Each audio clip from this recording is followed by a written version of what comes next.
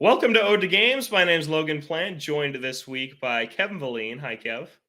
How you doing, Logan? I'm all right. I'm a little bummed. Zach's not here. It's just you this week, just you and me. Two-man show, but we can hold it down. Yeah, we got it for a week. I'm sure I'll be ready to go for next week. Yeah, Zach out sick, not feeling well, but he'll be back next week. But we got a lot to talk about this week, starting with a very rare reverse delay as Nintendo announces that Xenoblade Chronicles 3 is going to come out this July. It was originally supposed to launch in September, but it's been moved forward to a July 29th release date. There was also a new trailer with some gameplay details, including the fact that you can have 7 characters out at once, which That was seems like a pretty lot for wild. like a game like Yeah. this. What's it like in the other games, Kev? What was it? It was trying to remember if it was I'm pretty sure it was a max of 3. Like you had more characters to pick from, but there All was a right. maximum of 3 party members. Um yeah, and it was like you were only in control of one of them at a time. It was either 3 or 4. It's been a little bit, but you only Mhm. control one of them at a time and then the rest of them are on auto. So I guess it's just you're controlling one and then everybody else is on auto, but yeah, that is definitely an interesting change, and I don't know if that will, I don't know, take a little bit of the strategy out of it because there was always, you're trying to figure out what characters work well together and try and like build your optimal party. But if they're all out there at the exact same time, that is not something you have to think about because they're all going to be out there at the exact same time unless they do something with the way you have them sorted. But I don't know how that would really work in this type of game. I feel like if they're all out on the battlefield, they're all going to have the same power level basically. So yeah, I wonder how that works, but it'll shake things up for sure. Yeah, so it says here the central gameplay mechanic is called the interleague system, as revealed in the trailer. It's a tag team system, and each character links up with someone. So maybe you swap between them. So it really is like there's 3 on the battlefield, but you can swap between. And then they can also create giant forms called Ouroboros in this game, which is a new gameplay mechanic for Xenoblade 3. So July, that is 3 months away when this game is coming out. That is really interesting. I can't remember a time where we had a release month and then they're like, oh, actually, it's coming out earlier. So that's exciting for Xenoblade fans. Yeah, I don't think I've I've seen that either, especially recently where you're just so used to things getting pushed back, especially for a game that didn't have a set release date at the time. You would assume it's either Hmm. September or they're going to have to push it back. And with a game like Xenoblade, with how big it is, there's always that concern that it could get pushed back. But for it to come up 2 months earlier is kind of crazy.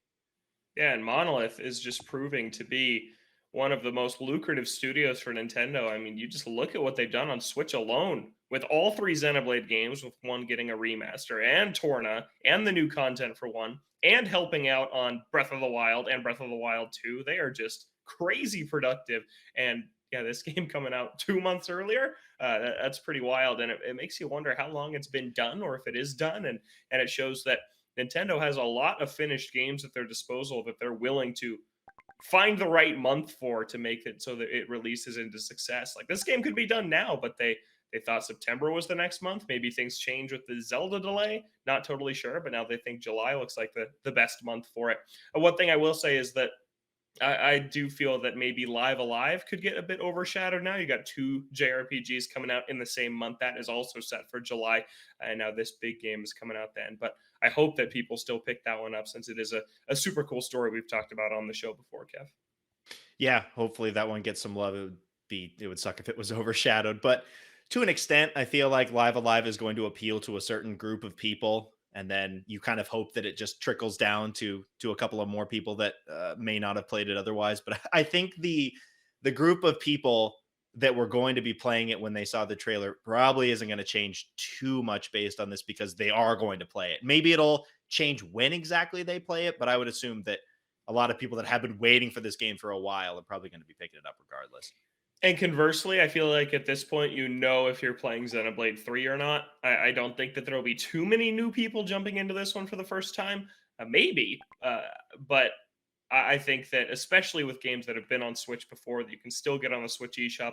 Physical's kind of a different story with this series, but you can still find them digitally. I think that there won't be a lot of people jumping into 3 for the first time. But Kev, Xenoblade 3 has a special edition that I can tell you right now is going to be very expensive in a few years. This is a Xenoblade Chronicles 3 special edition, is exclusive to the My Nintendo store. So you can only get it through the Nintendo store, and it comes with a 250-page hardcover art book and a steel book and a physical copy of the game. So when something is exclusive to the My Nintendo store, I think you know it's going to be expensive.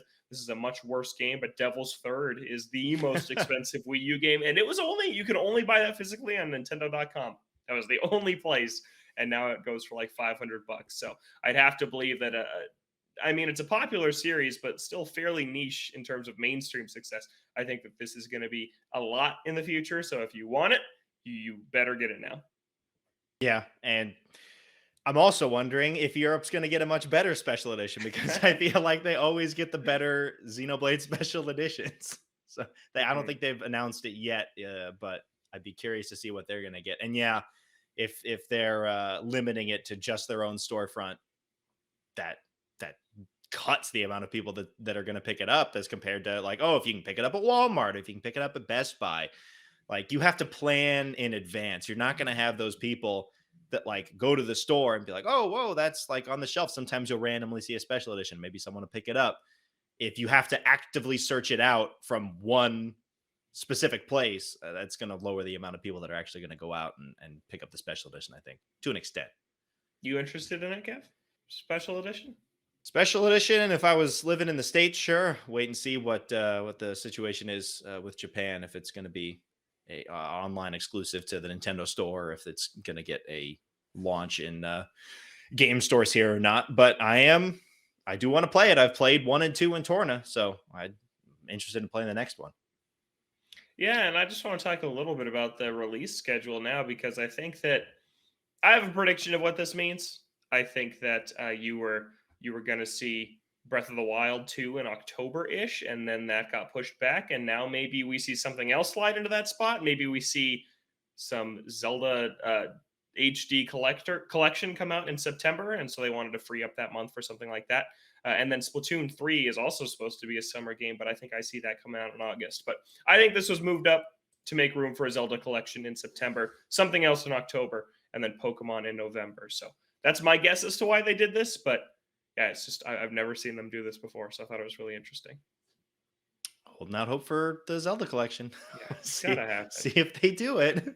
Now that the Wii U's dying, they need to save those things. Yeah, seriously. Yeah, I thought that the best hope was for something with Skyward Sword, but then they just put Skyward Sword out by itself. I hope they don't just put these two out by themselves. That would suck. I don't want to get them again separately. But they know that you would buy them, right? Yeah, they do, and so do I. And they hold that power over you. Yeah, they know they can get you. Yeah, but we'll have to see. Maybe in the June Direct, we'll see what's going on in September. But Xenoblade out in July. That's really soon. This year's flying. We're in late April already. What's happening? Like, we're talking about E3 and how it's getting canceled, and the time for all of those shows, even without E3, is in like a month and a half. Yeah, it's crazy. Yeah. Nintendo Switch Sports next Friday. That's a day one pickup for Zach. Are you allowed to talk about it? No, you're not allowed to talk about the full retail version either. Yeah, you can only play it and enjoy it. Don't talk about it. They're gonna come after you. Yeah. If you're interested in Switch Sports, dear listeners, the Walmart right now has a pre-order on the physical edition, which comes with the leg strap, if you don't have Ring Fit Adventure, for $10 off, and it comes with a water bottle, a Nintendo Switch Sports water bottle. So that's okay. Yeah. They're doing $10 off the pre-order online, which I haven't usually seen. Usually I feel like it's always in store, for games. So that's a good deal if you're looking to get the physical copy. I'm sure we'll get Zach's thoughts on it I think I'm probably going to get it. Yeah? I really liked the demo. I had a lot of fun, and Zach and I want to play online too, because it has apparently a lot of online play support. So hopefully it's good online. Yeah. All right, next up story I'm super excited about. This is Amy Hennig is making a new Star Wars game. And if that sounds familiar, it's because it is. Visceral Games was shut down by EA 5 years ago. And Amy Hennig was there in her first attempt at a Star Wars game. Hennig is best known for writing the first three Uncharted games and part of Uncharted 4 before she left, and that script got reworked a lot. But basically, the creator of Uncharted was working on a Star Wars game years ago before it was canceled by EA, and now she has another shot through Skydance Media, who announced that Hennig is working on a new game in the Star Wars universe. We don't know much about it except that it will be, quote, a richly cinematic action-adventure game featuring an original story set in the Star Wars galaxy. So, sounds a lot like Uncharted, richly cinematic game. We heard that the previous Star Wars game from Hennig was supposed to be very much like Uncharted meets Star Wars. Two things that I'm very excited about. And now with that EA exclusivity deal being over for Star Wars games, I'm just thrilled that we can see more projects like this come to the forefront. And this is one I was super bummed when it was canceled. So I'm looking forward to this one, Kev. Yeah, it makes it all the better that the exclusivity deal ended, because then you give opportunities to other studios that EA decided they weren't going to do that project anymore. So it's great that they kind of revived that idea, even if it's not the exact same game. If they revive that plan that they had for that game those years ago and create it now, is great that they're getting another shot. Hopefully it turns out well. Hopefully it is a good marriage of Star Wars and an Uncharted-like game. Yeah, because Jedi Fallen Order has some Uncharted elements in terms of some of the cinematic moments, but it's much closer to like a Souls-like game. It has very hard combat. It has the campfires that respawn everybody if you rest there, and it's a very brutal experience. So it's a much different feeling playing that game than playing an Uncharted, where you're just breezing through, enjoying the story, enjoying the gameplay. So I'm really excited for that, especially I was mentioning to you before the show, for me, all Star Wars has left for me is the games. That is all that I care about. The movies, wow, they burned a bridge with me with the movies, and I haven't even watched the shows on Disney Plus, because to me it just seems like a lot of fan servicey stuff that I'm just not interested in. Just, oh, let's just relive the original trilogy again. I just played the Skywalker Saga Lego Star Wars, which we'll talk about later. I wasn't super into for some reason, of the similar reasons. But the games that tell original stories, that's what I'm all about. Jedi Fallen Order is fantastic. We're getting a sequel to that. And actually, I've pulled up a list here of all upcoming Star Wars games, and there are a lot. There's a lot of Star Wars stuff in development since the EA deal kind of ended. But even some games at EA, we've got Star Wars Hunters, which is a free-to-play mobile game. Don't care about that one. Yeah, started strong. We got Fallen Order 2, which I'm very hopeful we'll hear whenever EA has its next presentation. We've got the Knights of the Old Republic PS5 remake, which I'm very excited for that one. Respawn's working on a Star Wars FPS in addition to Fallen Order 2. Curious to see what that will be too. Ubisoft open world Star Wars doesn't sound super interesting to me. What's the Star Wars version of the towers? Towers. Okay. I don't know. I can't think of anything that fast.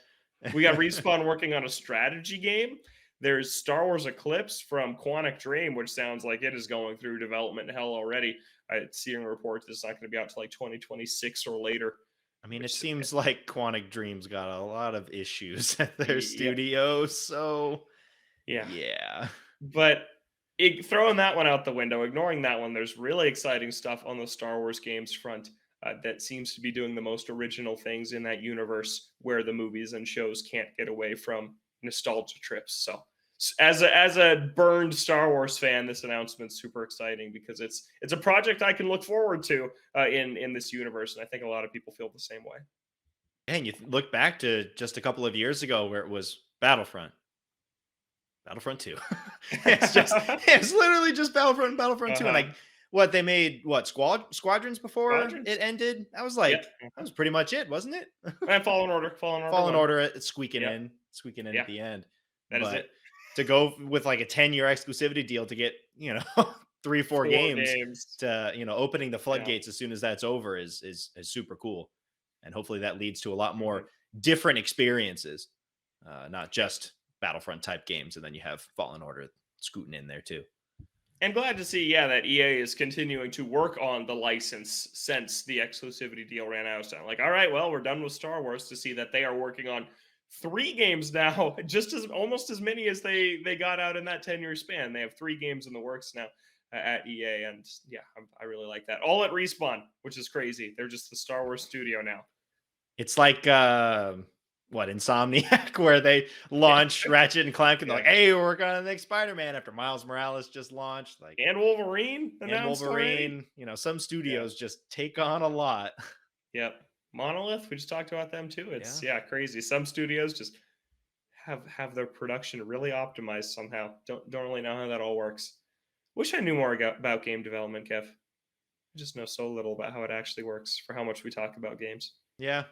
And sometimes you learn stuff about the studios. I'm like, man, I wish I didn't know Didn't need that. to know that. That's really not That's good. terrible. Yeah. Yeah, absolutely. All right, so that's Star Wars. Excited about that. Another one that's pretty exciting is Sega's apparently working on revivals for Crazy Taxi and Jet Set Radio. This is originally from a report from Bloomberg saying from some of their sources that they're working on bringing these classic series back. But the bad thing, Kev, is that they want to make ones that are global hits like Fortnite with recurring revenue. So this is bizarre because we've seen Sega do some strange things lately with what series they really focus on. They've been working really hard to push people towards the digital deluxe bundles, like we've been Oh yeah. talking about, like the early The access, things like that. Yep, 3 days early if you pre-order the digital version. Some crummy DLC practices, like the Judgment and Yakuza DLC is just ridiculous. Not the story DLC, like the Kaito stuff, I'm but very like the excited to play that. costume Yeah. packs and things Yeah. like Oh that yeah. And are you look at like Persona and the Persona dancing games, like the DLC is nasty for a lot of those. Yeah, and then we even talked about this last year. I think that Sega, in one of their annual reports, said that they wanted to work on bringing some past IP back, and we were excited about that at the time. And Jet Set and Crazy Taxi seem like two fantastic picks. I just don't really know how those work in a live service environment. I don't think they do. Like, Yeah. really. I don't I don't see Crazy Taxi working at all. Like, I guess you could have an open map area and have people to try and get the most, but that's not, you're not actively playing against different players per se. I don't Mhm. know. I guess you could like sabotage or something, but I don't think that would work very well. I think that works much better as its own solo game. I guess for Jet Set, with its more like platforming style of game, you could kind of try and like turn that into some sort of like team based game. Mhm. I don't see it working with Crazy Taxi at all, and I don't think it's a good idea for Jet Set Radio either. I think you're much better suited to just bring them back as either, bringing the original games out on current consoles or making a new game in the series. Because I also don't think that fans would be particularly happy if you're like, hey, we're bringing these series back, but we want to make them Fortnite and we want to make them have, recurring spending. That's the other thing. What would they do with recurring, like, because the Customize goal your of these taxi, is, bro. I, I guess, I don't know. Like, It's just are there people out there that care that much about the customization of their stuff? Because like I look at something like Fall Guys, which I spent money on. I played over 200 hours, and I spent money on literally one time, and that was because I went on vacation when Knuckles was available, and I got back, and he was in the store for like 3 more hours, so I just threw down $5 to get the coins I needed to get him. That was it. It was for Knuckles. That's the only thing I would ever spend a dime on that game for. And also, I'm like, I put in over 200 hours to this thing. Like, I'm fine throwing it a few dollars because I got it for free. But are there people who are like, yep, I buy the battle pass every single month or every single season for Fortnite, and I spend money on the microtransactions? Halo Infinite Store was egregious at launch. I'm one of the millions that totally fell off that game, so I don't really know if the store has gotten much better. But I guess I'm just obviously Fortnite makes a ton of money. We're not the people that spend a bunch of money on these stores like that. I mean, there is a group of people Yeah. that do that, but I don't think there's a very certain group of people, and I feel like those people play those super big releases. The players that are on Fortnite or Apex or FIFA or some of the other sports games. I don't see that player base gravitating to Jet Set Radio Hmm. and Crazy Taxi. I feel like the majority of that group doesn't know those IPs. The strength of those IPs lie in the people who played the games 20 odd years ago. And the people that played those games 20 odd years ago, I don't think really care about a Fortnite like experience. Hmm. Yeah, because it's a nostalgia play, right? It is people who grew up playing these games, which Jet Set Radio is a little even before my time, but Crazy Taxi, I played all the time. I had the GameCube version and it was awesome, and I would love to see it come back. There were only a couple games that were actually good before it went mobile free to play already. There's already like mobile Crazy Taxi games that are bad. And so to see it come back like this, and it's just not going to really interest me. And then something else we talked about is, like you said, people play Fortnite, people play Apex. I feel like people have the live service game that they play, right? You can't invest in that many because they're super time consuming if you want to complete the battle pass and get your money's worth out of the battle pass that you buy each season. It takes a lot to do that. So I kind of feel like you only really have one that you can play if you want to play any single player games at all. You can only commit your time and your money to one or two of these games. So if people are playing Fortnite, playing Apex, and they're like, all right, new battle royale, Crazy Taxi on the scene, I think it's gonna bring a few people over for a couple of weeks and then really trickle down. I just don't see that being what people want from Crazy Taxi. I think you want the arcadey, set the high score, pass the controller experience in that game. And Jet Set Radio, I agree. I can see that one working a little better in this context, but still, I don't know if I see it totally taking off unless the gameplay is super good, which I don't know, bringing a series back and making it a battle royale after like over a decade off just kind of seems like you're sending something out to die. Yeah, if they really wanted to do this, I feel like it'd be a better idea to have that be a standalone thing or have it be a multiplayer mode. Like you bring back the core experience of either one of these games, and then you either release like a standalone free to play Fortnite style game or have it packed in with the title as a multiplayer option. But if you're going strictly for that Fortnite or Apex style of game, I think it's going to fall flat on its face. Yeah. I don't think it's going to work. And Yep. it is funny watching a lot of these companies trying to hop in on that craze when I do think that a lot of people are just very set in that game that they're playing, whether it is Fortnite or whether it is Apex. You look at like, I mean, the game is crap, but Babylon's Fall, that came out and that was supposed to be this like, big recurring spending online game, and that thing fell apart and no one's playing it. And that's the risk that you run. Even if the game is good, people could just ignore it. And when you have a game like that that is designed to have a group of people, recurring spending on that, and then it doesn't get that audience, it just dies. You need that group, and it's harder to get when they're already on Fortnite or Apex or FIFA or whichever game they pick. Yeah.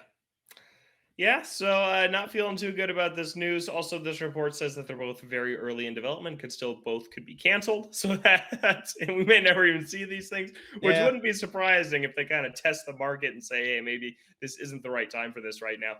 But I do want to see these series come back, but just not in this way. So we'll have to wait and see what Sega decides to do. But they kind of seem to be going that way a little bit with some of their franchises and their ideas, and that's how a lot of people are going. So we'll see how that ends up.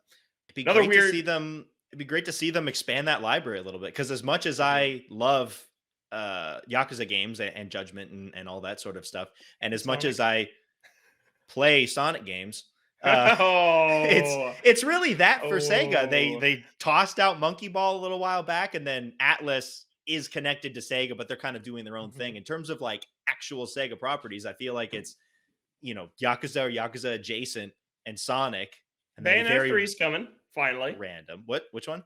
Bayonetta 3 is finally coming Bayonetta out. 3, Yeah, eventually. But it'd be nice to see them bring back some of those older series, or give something new a chance. yeah, yeah. All right, another weird monetization thing here is Microsoft's reportedly working to bring in-game ads to free-to-play games. And Kevin, I feel like we talked about this. I totally feel like we talked about this when we were talking about Game Pass, that you already had kind of the weird DLC things with games that came to Game Pass day one. Force as an example, where you had to pay a lot for the DLC if you wanted everything that's in that game. But now we're going to see some in-game ads in free-to-play games, and this is to support as a new revenue stream for developers. Microsoft apparently not taking a cut of the ad revenue generated. And an example of how the ad could be placed include billboards in a racing game. So think Forza, driving around, and you see in-game ads, real life ads, instead of like fake products, in universe fake advertisements, something like that. And apparently this happened in Battlefield 2042 and did not go over well with players.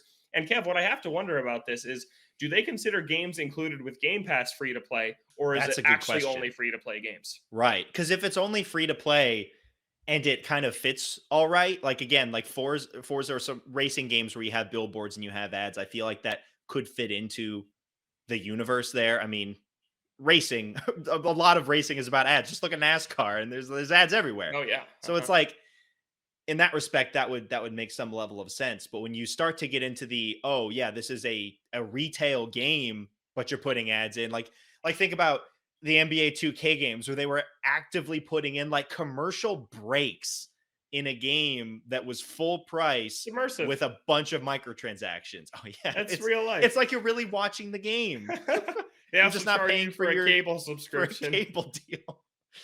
But yeah, Devastating. when you move beyond free to play games into retail titles and putting ads in, that's nasty. And I think that's why Battlefield got ripped for it, was because Mhm. that's a full price game. But that is a question.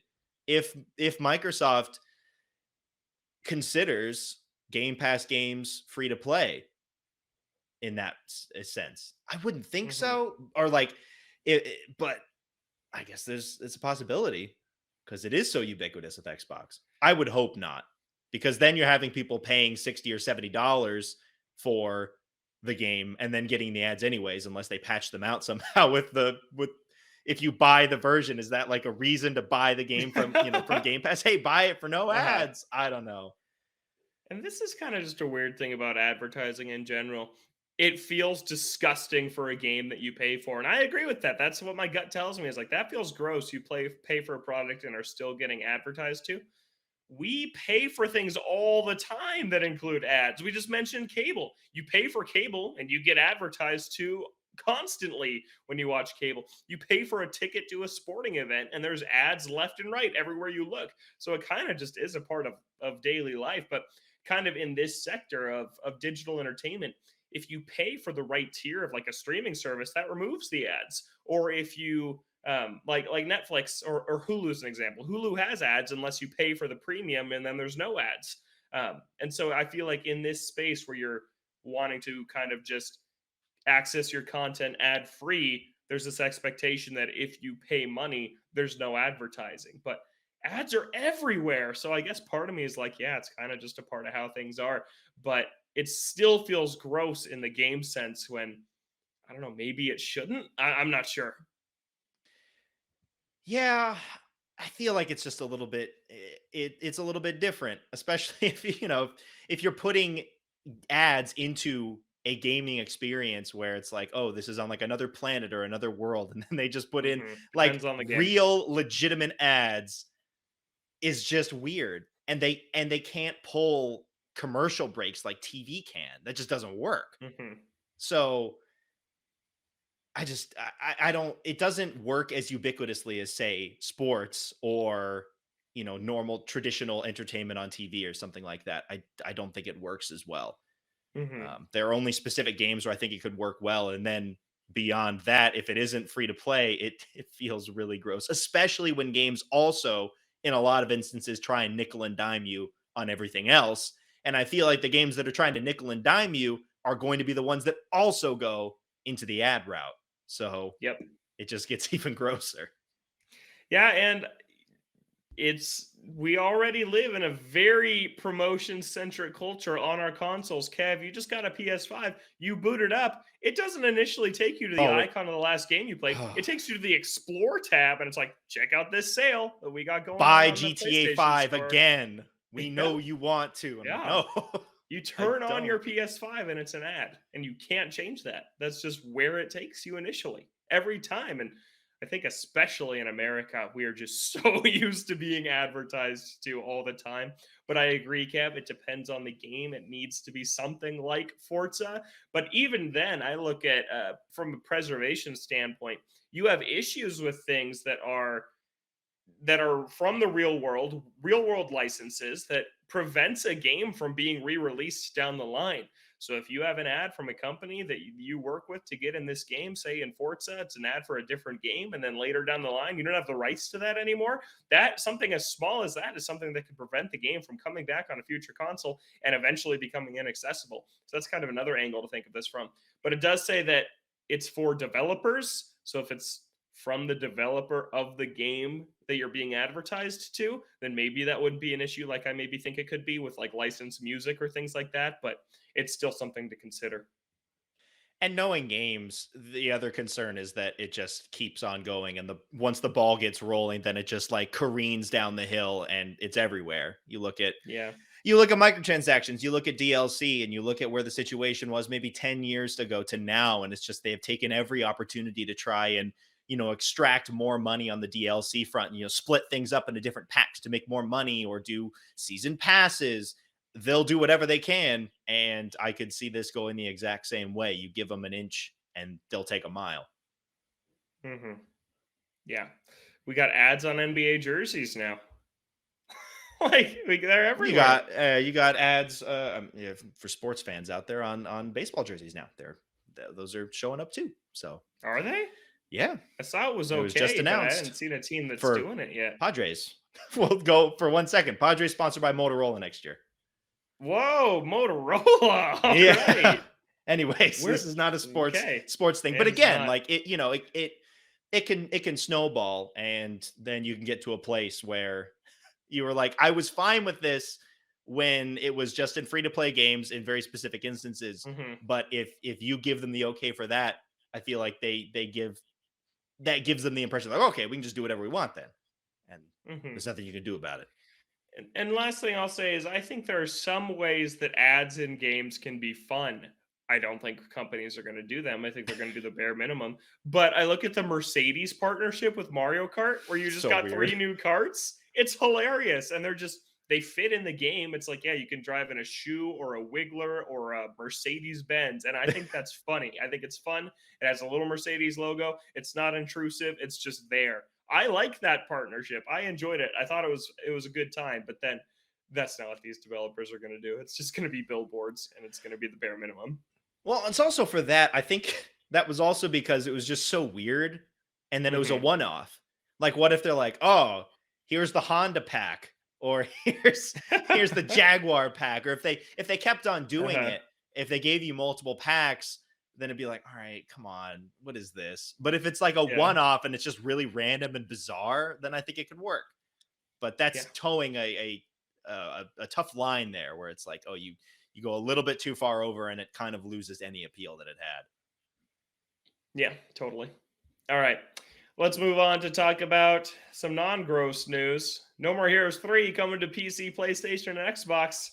This is originally a Switch exclusive, now coming to other platforms in later this year, 2022. It's going to be $60 as a digital and physical version. And the special day one edition adds an art book, a CD soundtrack, a biker license plate, and a custom box with a new illustration. So That's just for the base game. That's not more for that's just a launch edition. yeah, it's called a day one edition. I That's don't a see pretty here what the extensive price day is one on that. edition, to be honest. Like Yeah, that's a lot of good stuff for the yeah, same price. yeah. And I just am gonna say that this game has got to run better than it did on That's what Switch I on was gonna these new ask. Like consoles. if you're going from Switch to current gen consoles, you would assume that the game runs better. Hmm. And it You was would only hope. in the overworld where it ran like crap. In the fights, it ran at 60. That's where they put their time and effort, and it was good. It looked and ran really well. So I think that this game could look really great on the current gen consoles. But I'm just curious to see what that overworld looks like because it was like 15 frames on Switch in the Oh, overworld, just chugging around. It was hilarious. But yeah, the hopefully it runs first better. two the first two never came anywhere except Nintendo consoles. Number one got a PS3 remake, but Yeah, then one but and they did two, have the recent re-releases, but that was only on Switch, right? yeah. So it's like, all right, if you don't have a Switch, have fun getting the end of the trilogy. And But there also have is, fun with possibly the best version of this game on yeah, these consoles. But there is lore that you will not get, not having played 1, 2, and Travis Strikes Again. They bring back, there's so many references that it was hard to follow, even having played them. But that Like, requires you to play Travis Strikes Again, which yes, which I we did I not don't do. think people would recommend. Nope. You do. Uh-huh. Yeah, that game was bad. But yeah, No More Heroes 3 was fun. It was a good time. And yeah, I'll just be following to see how it actually runs. And that day one edition, yeah, if that There's a is lot of good normal stuff. price. Yeah, if that's $60, like that's a if you're getting a soundtrack, you're getting this license plate and a bunch of other stuff, like that's a pretty good deal. A lot of these Yeah. a lot of releases like that will charge you at least an extra 10-20 for it. So not Yeah. bad. Give you a reason if you picked up the original version on Switch to pick it up again for the extra goodies and for a game that runs well. Yeah. Hopefully. Hey, we got another release date. This will serve as our rumor roundup for the week. We got a release date for Sonic Origins. A couple of weeks ago, we talked about how this game had dropped off the map. It was announced last year, and there was just nothing on it since. And it is now coming on June 23rd of this year, so just about 2 months away. It is a collection of Sonic 1, 2, 3 and Knuckles and Sonic CD. So all of the classic 2D games. It's coming out on all current platforms. Currently, there's just a digital version, but there's some rumors that there's going to be a physical. So there's your rumor component for the week for Sonic Origins. And then there's a bunch of nonsense with what edition you get. We were just talking about Sega, but it's also like the show. we were looking at it earlier.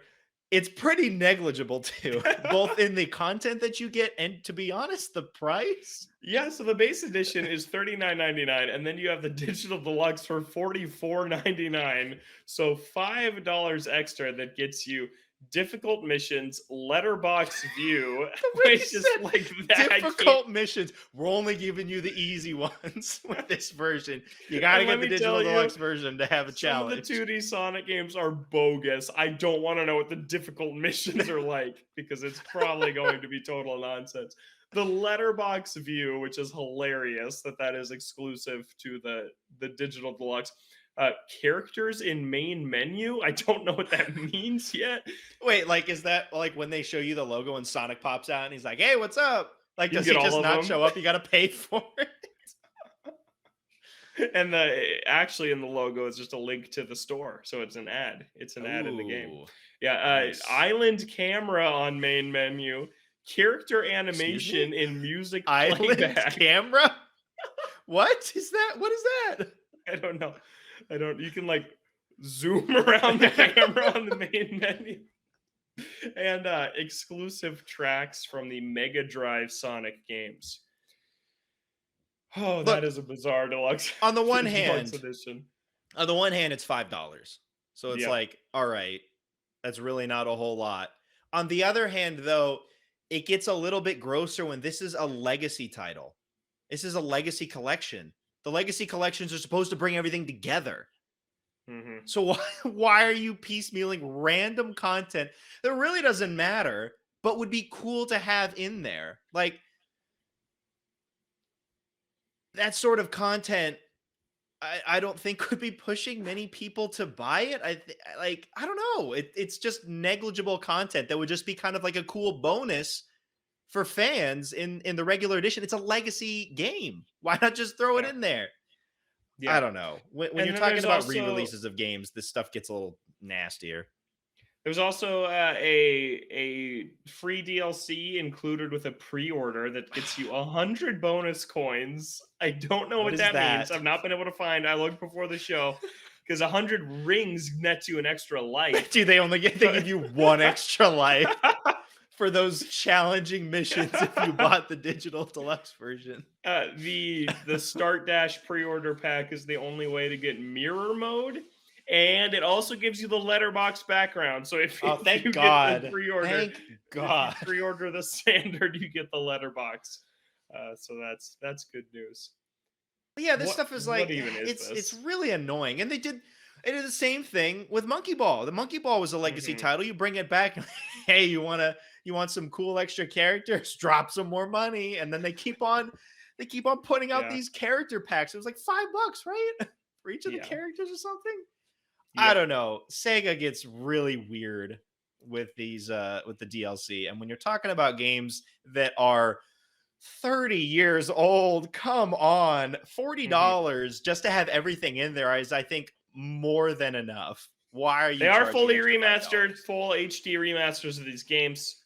They did put a lot more work into them than just like a virtual console re-release. I will say that, but I still get your point.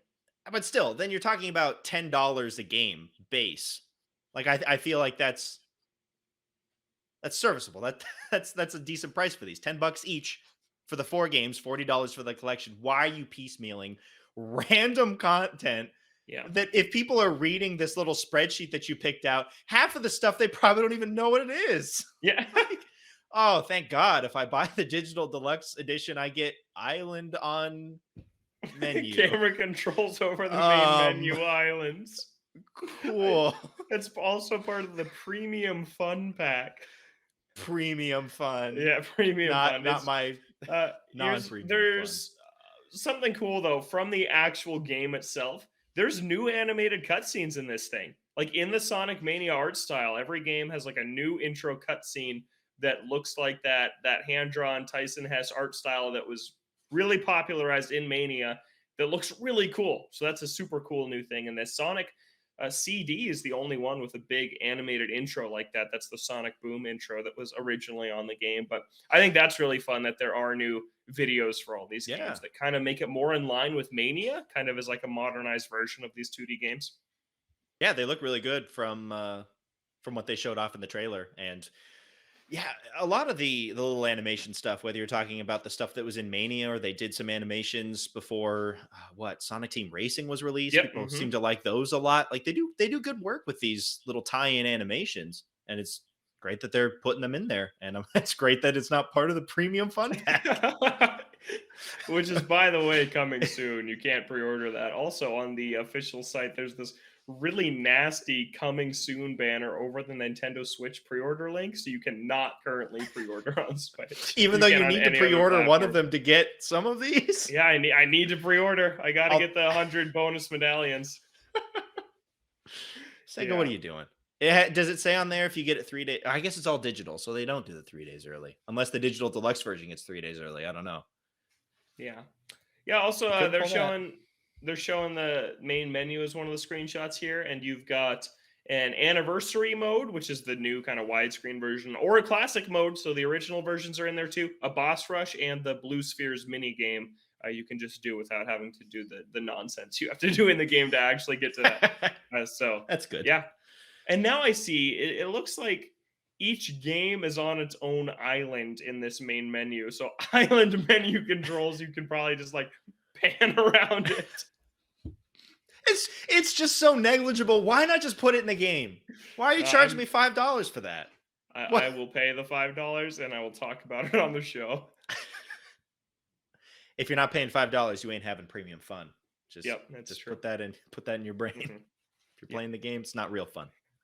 Yep, so that's our rumor roundup for this week. Sonic Origins gets a release date. So next product in line from Sonic Team is Sonic Frontiers. Whenever that comes out. Speaking of delays, as we're all pretty sure that Sonic Frontiers is going to get delayed. Next Gen Witcher 3 was delayed again from Q2 of this year to an unknown date. And the rest of this work will be done in-house at CD Projekt. So whenever we talked about how much they had on their plate, I was always like, hey, well, the Witcher Next Gen upgrade is out of their hands. Not anymore. It's back. Now it is now back in their hands, and they don't have a date yet, but they say it's not going to be too long. It's not going to be a massive delay, but it was already pushed back last October. So this is its second delay, and this is for the PS5 and Series XS versions of the game. It's going to add ray tracing, which I still don't know what that looks like in person, having had a next-gen console for 2 years. Still couldn't tell you what that looks like. But they've got a lot on their plate. This is coming along with news that Cyberpunk DLC will be out in 2023, and we know they're working on the next Witcher game. Kev, they're just sharing stuff too soon. I think the common theme here. It's also interesting that they would push it out of such a nebulous launch window of Q2 2022 to an unknown date, especially if they're saying that it's not going to be that long. I guess they're not going to. They don't want to hype people up too early for for a release that they may not be able to hit, but they're also trying to like quell fears and be like, there's not too much that we have to do. This isn't going to like impact us very much. But But we it can't has to tell you impact you what's in coming out. it has to impact you in some way, because I gotta believe this wasn't part of the plan.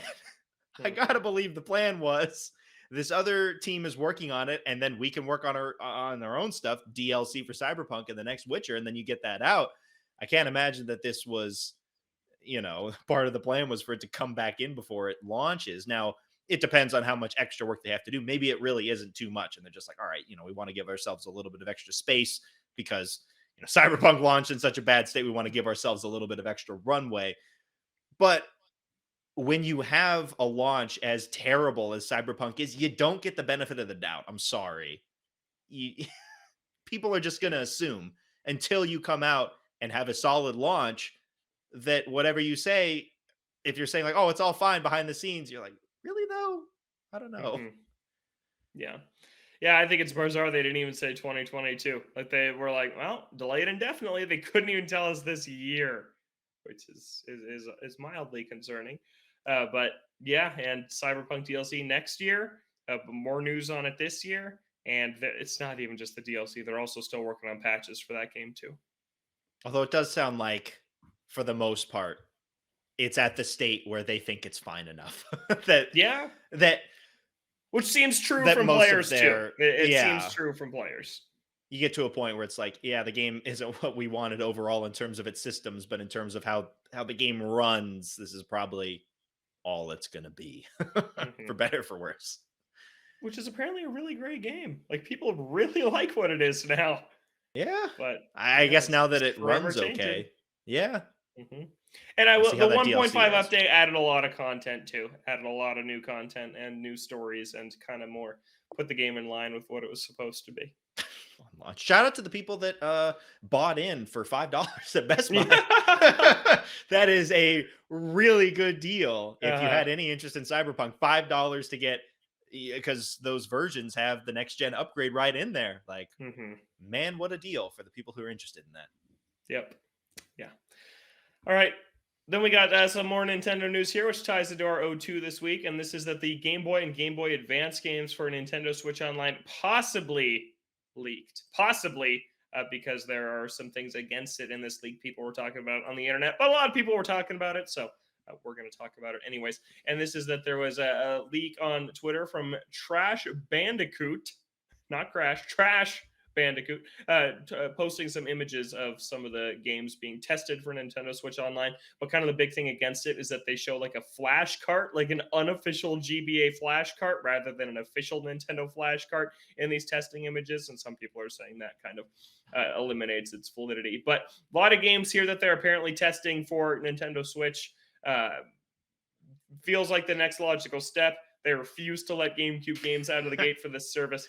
And I think it's kind of a given that at this point that every September, the anniversary of when they launch this service, so the anniversary of when those annual subscriptions will be coming up, they're going to add something new to keep people on. And Game Boy's been rumored for a long time, so it feels like that's probably what we're going to get this September.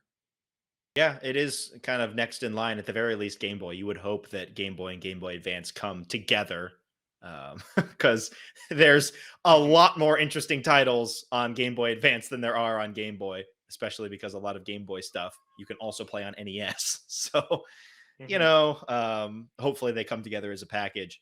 But yeah, then the question after that is, how does that all fit into the expansion pass? Are they just going to drop it right in? Is it going to be part of a different tier? Are they going to try and sweeten it, but not sweeten it with another random system like Genesis and try and get you to buy in on another set? I don't know. Yeah. But two consoles already, GBA and Game Boy, those are two really big libraries with a lot of good games, especially if we're including Game Boy Color, which I would assume we are. You would think I so. would hope so, because there's some good games on that.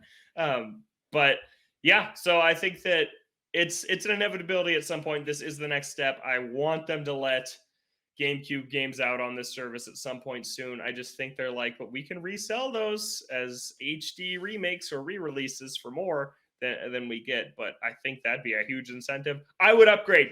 I would pay $60 a year for this thing if there were GameCube games on this service. Yeah, I just because you're would. paying over 60 for a singular game. Yeah. Any Like of if them. Wario World was on there, if the Pikmin games were on there, like there's Gives so many Thousand games. Year Door Oh, gives people yeah. a chance to play that. Kirby Air F-Zero is Ride. on there. Oh Kirby my Air Ride. gosh. Yeah, there's hmm GameCube Prime 1 and has 2. a ridiculous library of games, and Yeah.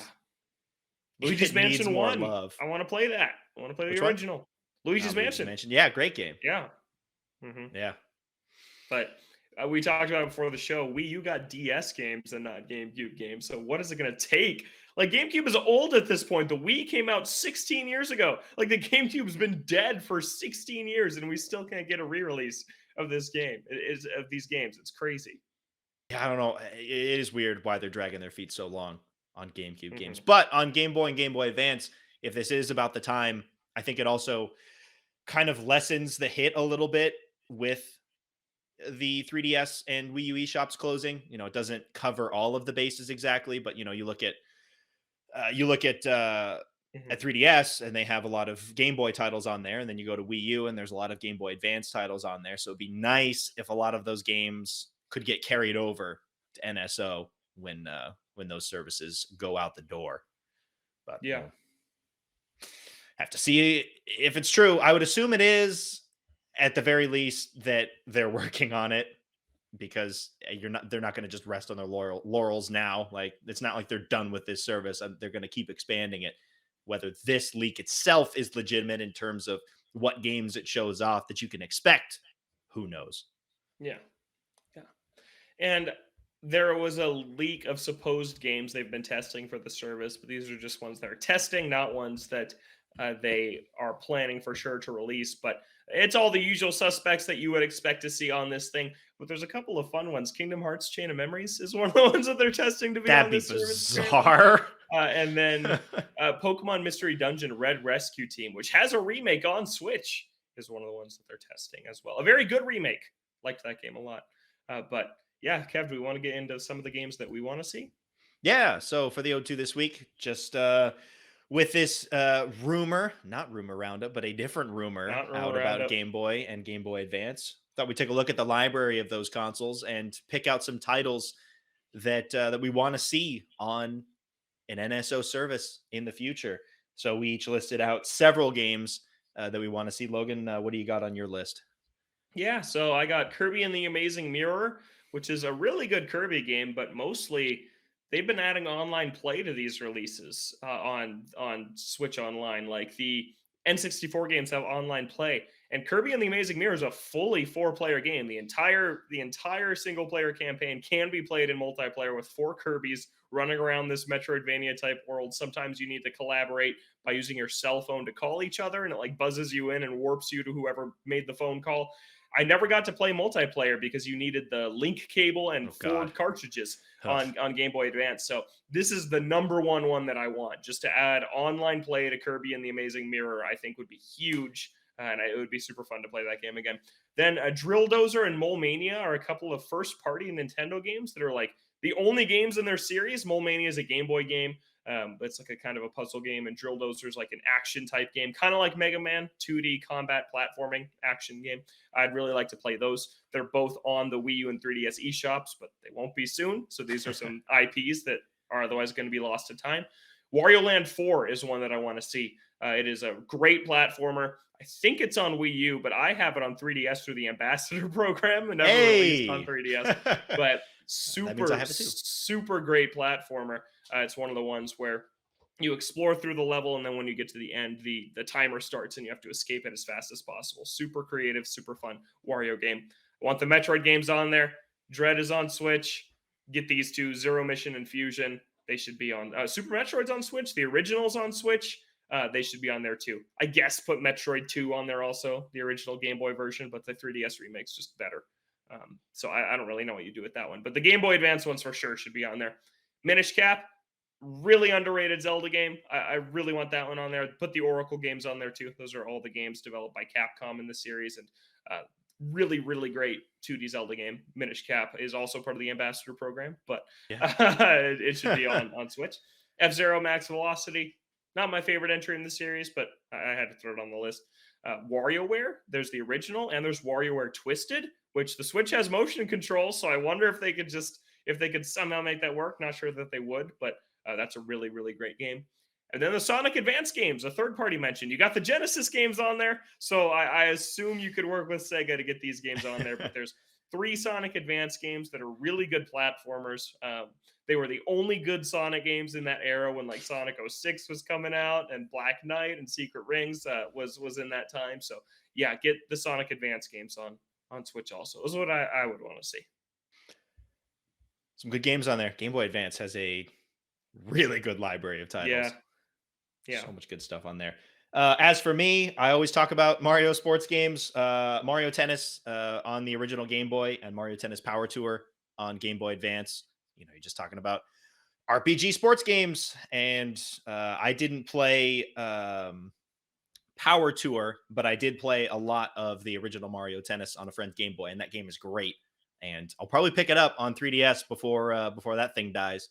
That and golf, which is another one I want to see. Mario Golf and Mario Golf Advanced Tour, same deal.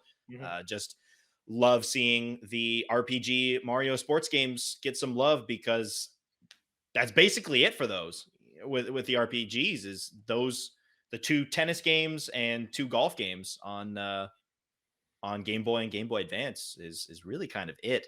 So it'd be nice to bring those back and get people playing those, because I feel like people don't really remember them all too much. So it'd be nice to get people playing those again. Donkey Kong on Game Boy. My friend played the crap out of that thing back in the day. I didn't play too much of it, but I've heard that it is a very good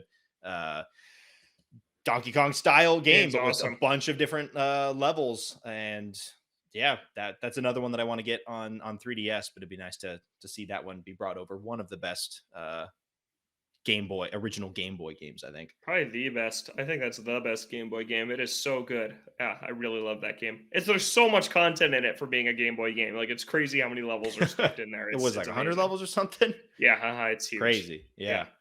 Mario and Luigi Superstar Saga. I picked that up on 3DS, but the 3DS eShop is going bye-bye, and that was a late game for the 3DS, so that thing's going to be really hard to get. So it'd be nice to give people a way to play it and a way to play the original version. If you don't want to play the 3DS version with the different visuals, you can go back and play the Game Boy version. So that'd be great to have that come back. Golden Sun games. Always wanted to play these. Never played them back in the day. I was always just playing Pokemon on my Game Boy, but I've heard they're fantastic, and the series has been MIA for a while. So it'd be nice again to get the word out for the series and get more people playing it, and try and drum up some support for something in the future from it. Pokemon games. I want to see Pokemon Emerald and Fire Red and Leaf Green. I would love to see both of those come back with Emerald. I wish. I don't think so, but I wish. Ruby and Sapphire, but I just want Emerald, and then Fire Red and Leaf Green just getting the extra content from Generation 1, the Sevi Islands back, because with Let's Go Pikachu and Eevee, that content didn't make it over, so it'd be nice to see those come back. But yeah, Pokemon will probably want to do their own thing with that, but it'd be cool if they could make it work. I don't know. They did. We eventually got the Game Boy games. Yeah, you got Crystal and Pokemon Yellow, Red, and Blue on 3DS, so I could see it happening eventually. That's not going to be a launch thing for it, but maybe it'll come around. And then Harvest Moon Friends of Mineral Town, another Game Boy Advance game that got a remake on Switch. But if people want to play the original version, which is a great version, love that game. One of the better Harvest Moon games out there. Did you play it'd be the great to remake? give them the option. I have not, but I own it. I bought it back home. It was on sale, but I Gotcha. didn't have it shipped over here. So I do own it. Okay. But I haven't played it yet. Cool. Lots of games. One more I'd want to see is the Super Mario Brothers 3 remake. I talked about this when I was going through all the games that were losing from the 3DS and Wii U eShop, because that game has the exclusive e-reader levels that on the original physical release you had to have the e-reader cards to get, but they're just included in the digital release. So you got to save those. You got to have that on this service so people can play those levels, because it's like a new Mario game. There's like 24 levels that are only in that version. So I know Super Mario 3 is already on the NES online, but you got to get the advanced version on there too. They have all those remakes, don't they? Super Mario Brothers 2 had one. Yeah, Yoshi's Island. Yoshi? Yeah. I remember playing those back in the day. Yeah. And as a kid, you don't really realize that they're like remakes. It's like, oh, it's a Mario game. The Game Boy didn't get an original Mario, like mainline Mario game.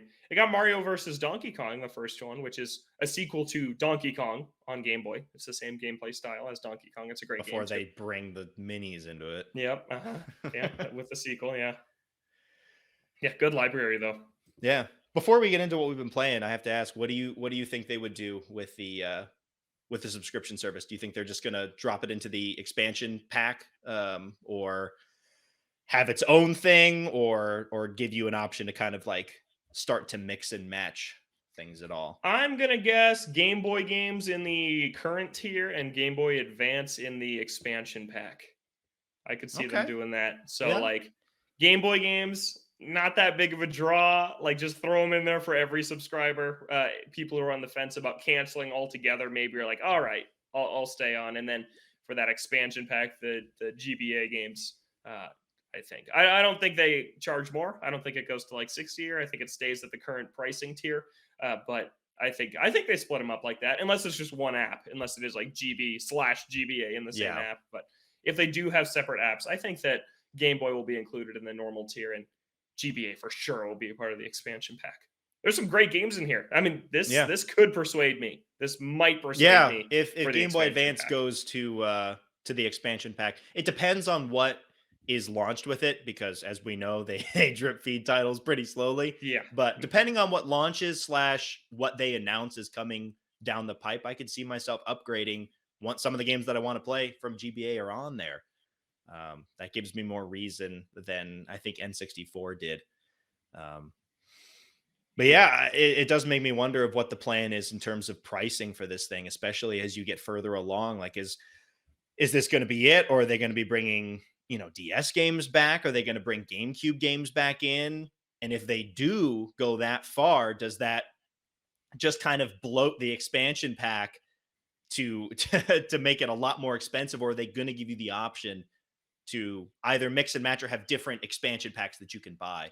Because God, I hope it's not like super expensive and you have to pay for this to get one of the systems that you want, and then you get all this other stuff that you're not going to play. I really hope that Yeah. as we get more systems, somehow they give you different expansion packs. Like maybe they have the expansion pack with like N64 and it has Genesis and it has this other stuff, and there's a different expansion pack that has like GameCube or DS or something like that, and That's just gonna get so has convoluted. DLC. But if you're asking me to pay like what would be the equivalent, like $100 a Yeah. year for all of that stuff when I only care about one of the services, I don't know if I do it.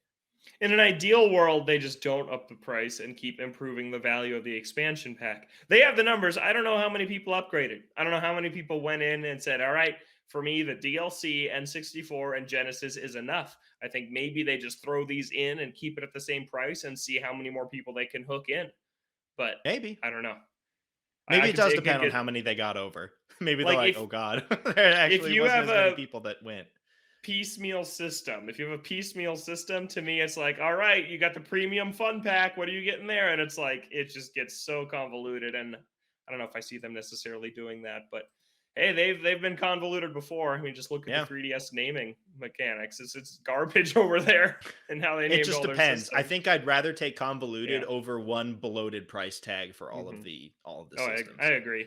Yeah. So yeah, as long as they don't up the price and just keep feeding things into the expansion pack, I'm all fine for that. I'd actually upgrade if you're talking about Game Boy, Game Boy Advance going over there, and then later on if they decide to bring GameCube / Hmm. DS or whatever over for like the same price or something like that. I don't know if they do it that far, but if they Yeah. did, I think it'd be a no brainer. Yeah. All right, do you want to wrap it up with what we've been playing this week? Logan, Yeah. what have you been up to? You alluded to a game you played earlier. I did. I started and finished Lego Star Wars: The Skywalker Saga. I went and visited my sister over the weekend, and we just plowed through this game. The runtime on that? There's 9 movies in there, isn't there? Yes, there are. And it takes about an hour to an hour and a half per movie. It is nonsense. So here's the thing. I don't. I kind of am sour on this game. I was looking forward to it for a long time, and I really did not like it very much. So, Lego Star Wars. This is like the fourth time they've released these games. So on the GameCube era, GameCube, PS2, Xbox, you had the original games. You had Lego Star Wars and Lego Star Wars 2, the original trilogy. Each game only contained 3 movies. So the movies were pretty long because each game was only 3 of them. So they were really fleshed out, had really long levels, and funny cutscenes in between that kind of told you the story of what was happening. But back then, the Lego games were just babbling, right? They weren't actual voice acting. It was just like them acting out the important scenes from the movie in funny, unique ways. And then they re-released those as a collection of 6 on the Wii 360 PS3 era called the Complete Saga. So it was all 6 movies at the time in one. Then they announced this new trilogy, right? Force Awakens, Last Jedi, Rise of Skywalker, 7, 8, and 9. They release just The Force Awakens got its own game at the time of the movie, which I actually heard was a really great game. I never played that one.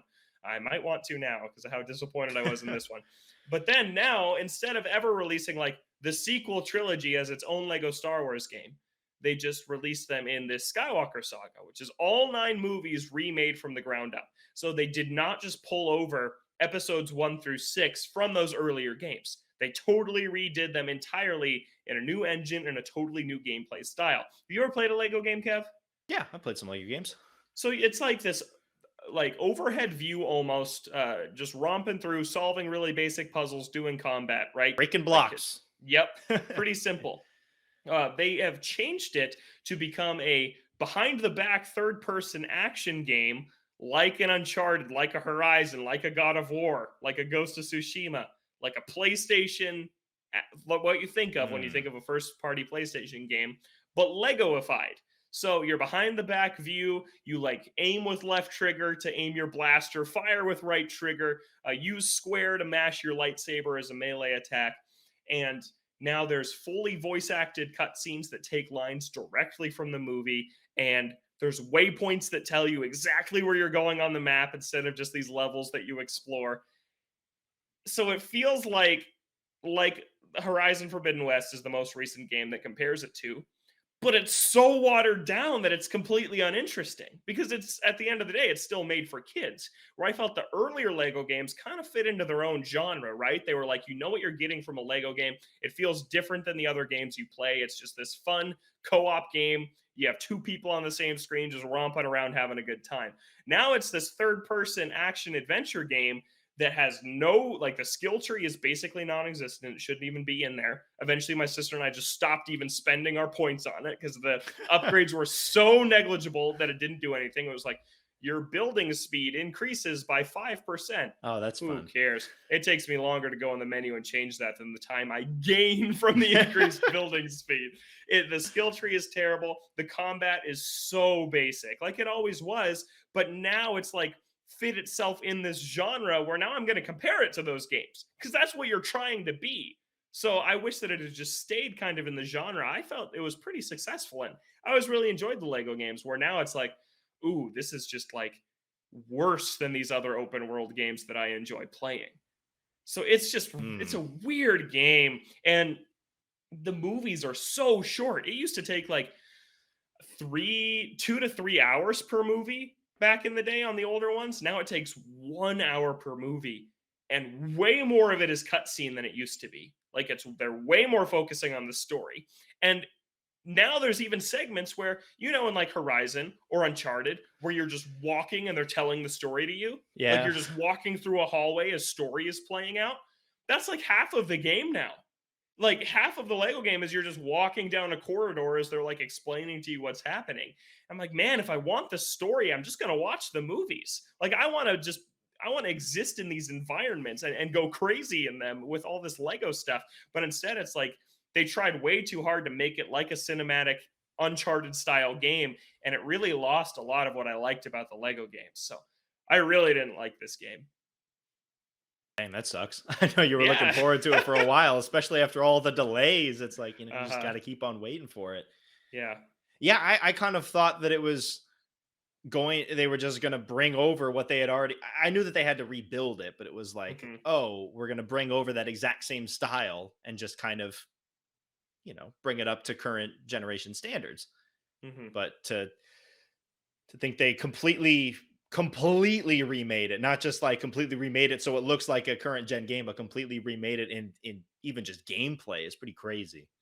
Yeah, and so I told you it took us probably like 12 hours to beat this whole game. 9 movies in 12 hours. We That's did like a huge info dump for the stories too. Oh, it If is you so didn't like accelerated. if you don't care, if you didn't watch the movies and you're trying to follow along with it, it's just like a constant Uh-huh. dump of stuff. There's a lot in those movies.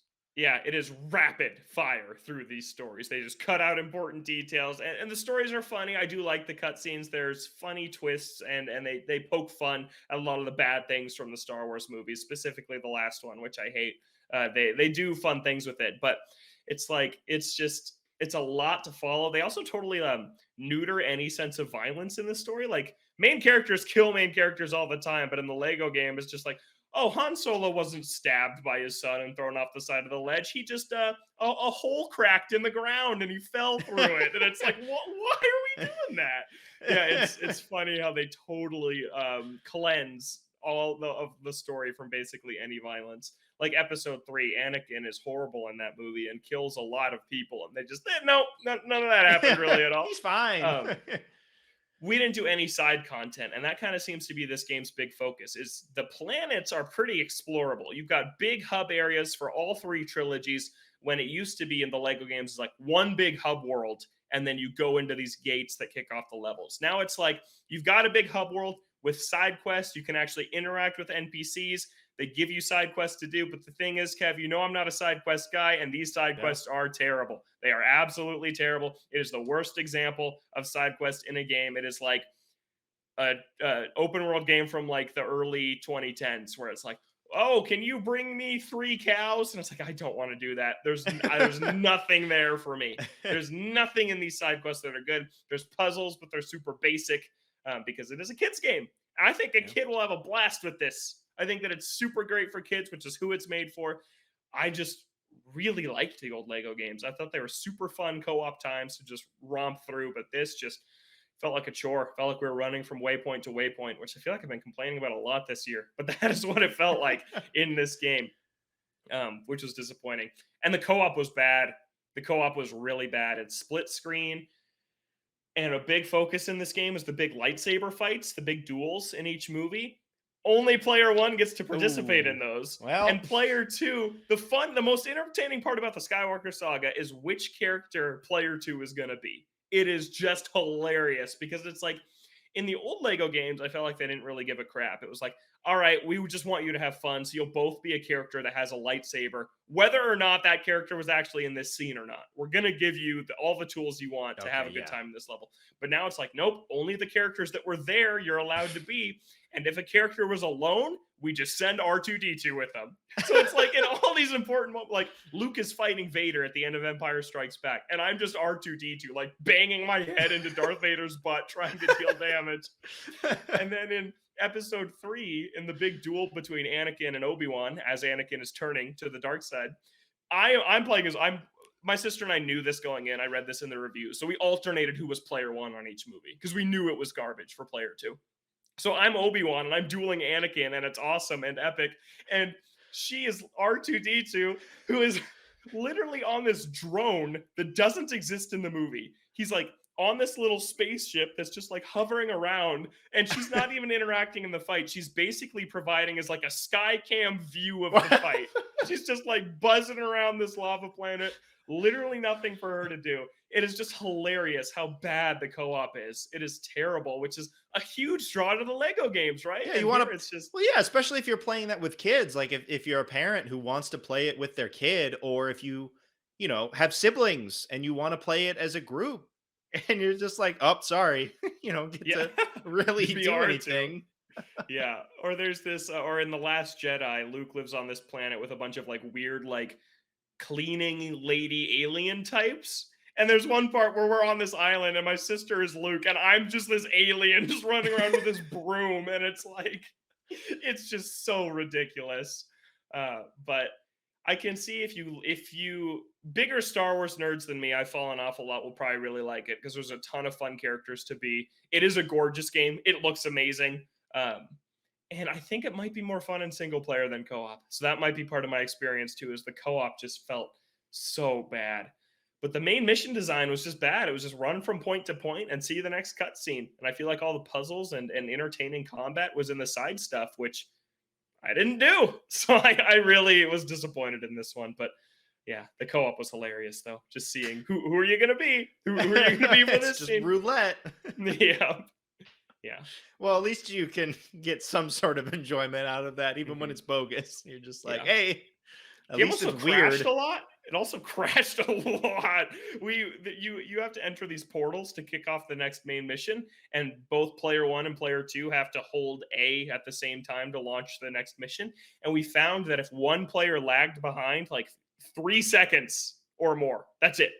In advancing the next mission, the next cutscene wouldn't load, and you would just sit on a black screen for eternity until you close the game.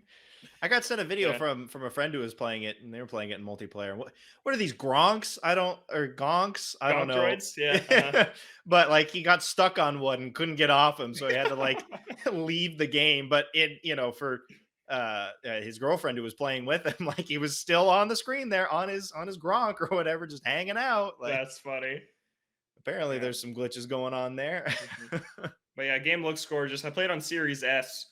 That's what we played it on, and it was a lot of fun. It was a lot of fun to play in co-op, like just kind of making fun of the game with my sister. Like I had a good time, but I was like, Maybe not in man, the way that this is not a good intended. game. Yeah, It's like we're playing Sonic in yeah, multiplayer. It's like these games aren't really good, but you can have fun with them, not for the reasons that I think the developers yeah. intended, Mhm. but as long as you can glean some sort of enjoyment from it, I think at the end of the day, I think that's the most important, right? Yeah, yeah. Worth. I mean, we've played all the Lego Star Wars games, so it was worth playing. But I just don't really like the direction they went in. But All oh right. well. I know a lot Well, of people are enjoying it. that's good. Some people get some enjoyment. Yeah. Anything else you've been playing this week? Just the Kirby post game, but I see that you may have finished Kirby. I did. Yeah. Beat Kirby. I'm also doing the post game stuff now. I've been hopping back and forth between Kirby and Horizon. Been mostly playing Kirby this week. It was a lot of Horizon last week, and then I hopped over to Kirby. Yeah, beat the final area and the final boss of the main game. It does get weird. So the final boss getting a little Oh yeah, bizarre.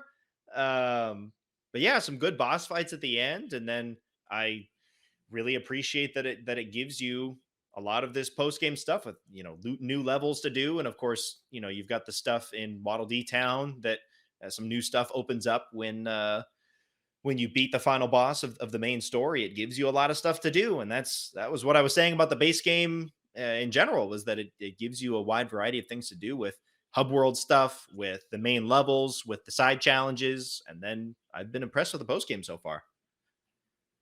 yeah, yeah. I really like the post game content a lot.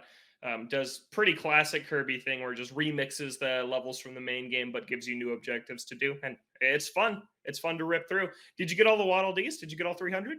I have not yet, because there are some of the bosses where I was like, these bosses are kind of annoying. I so can't do it. so what I'm doing at this point is I don't know if this is spoilers, spoiler for weapon upgrades. But with weapon upgrades, you can upgrade them 3 or 4 times, or 2 or 3 times, depending on the weapon or on the copy ability. But you can also power up certain abilities beyond that as well, because you keep on getting the stones, the gems that you can use to power things up. So my plan was to just wait until I have more powered up abilities and then give it a shot. Like I wasn't even going to go back and try on some of these, but I assumed that the best time to do it, to give myself the best chance, would be to have fully upgraded uh, copy abilities with the Yeah. extra power abilities, but I haven't tried it yet. I have a all but one Waddle Dee. I cannot get no hit on the final boss. I can't do it. I can't get it done. It's like because he has 2 health bars, and I get to like the end of the second, and Oh, then he that's nicks right. me, and I'm like, oh god, it's so aggravating. Oh, Yeah, I've only tried like 4 or 5 times, but ugh, yeah, It Yeah, I knew hurts. that one was going to be rough. That's why I'm doing everything else, getting as many upgrades as I can, and giving myself the best possible chance to do it. Because Yeah. some of these later upgrades that I didn't have when I would have tried those bosses originally provide some pretty strong attacks. So Yep. maybe it'll make my life a little bit easier. Yeah, so I gotta do that. And then did you do all the treasure roads? Every one of those yet? I have. Me too. I have Yeah. done Those every are treasure road. fun. I have not. About halfway through, I'm like, I'm not trying to do the time trials for him anymore. Especially Hmm. once I learned that it doesn't count towards 100% completion.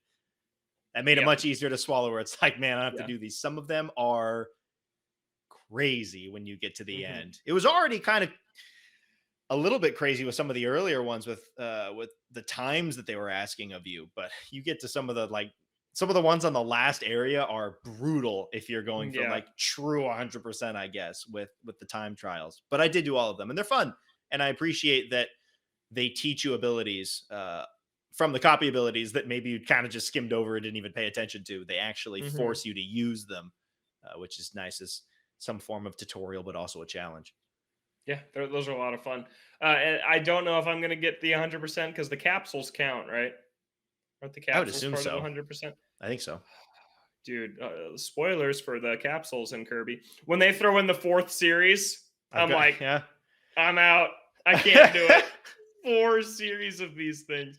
And then I went to the gotcha machine and I just started spamming a few and I got like 50% new, 50% repeat.